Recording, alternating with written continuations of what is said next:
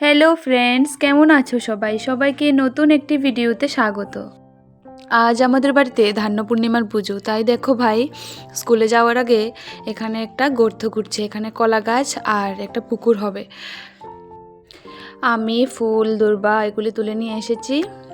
ভাই স্কুলে চলে গেছে, তাই জেঠু বাকি কাজটা করছে। কলা গাছটা লাগিয়ে এখানে ছোট্ট পুকুরটা করার জন্য একটা গর্ত করছে।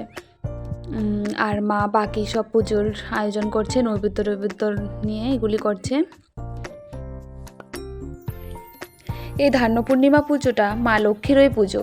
ঘরে নতুন ধান আসার কারণে মাকে নতুন ধানের খই মুড়ি চিড়ে এগুলি দিয়ে লাড়ু বানিয়ে মাকে খাওয়ানো হয়।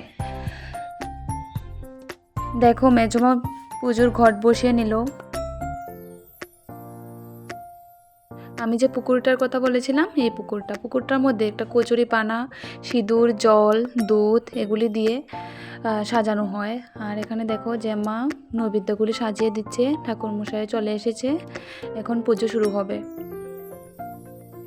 বাড়িতে পুজো হলে সত্যি খুব ভালো লাগে।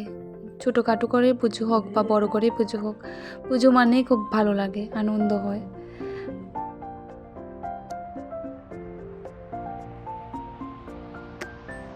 পুজো প্রায় শেষের দিকে, ঠাকুরমশাই এখনই চলে যাবে।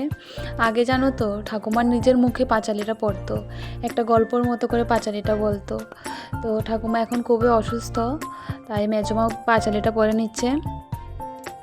পাঁচালি পড়া শেষ হলে এখানে একটা আগুন জ্বালিয়ে সবাইকে আগুন পোহাতে হয়। তো তার জন্য আগুন জ্বালিয়ে মা, মেজমা, জেমা তিনজনে আগুন পোহাচ্ছে আর সবাই হাসাহাসি করছে। আগুন পোহানো শেষ হয়ে গেলে পুজোর সমাপ্তি হয়। তো এইটুকুই আজকের ভিডিও। তো তোমাদের কেমন লাগলো ভিডিওটা সবাই বলবে। বাই।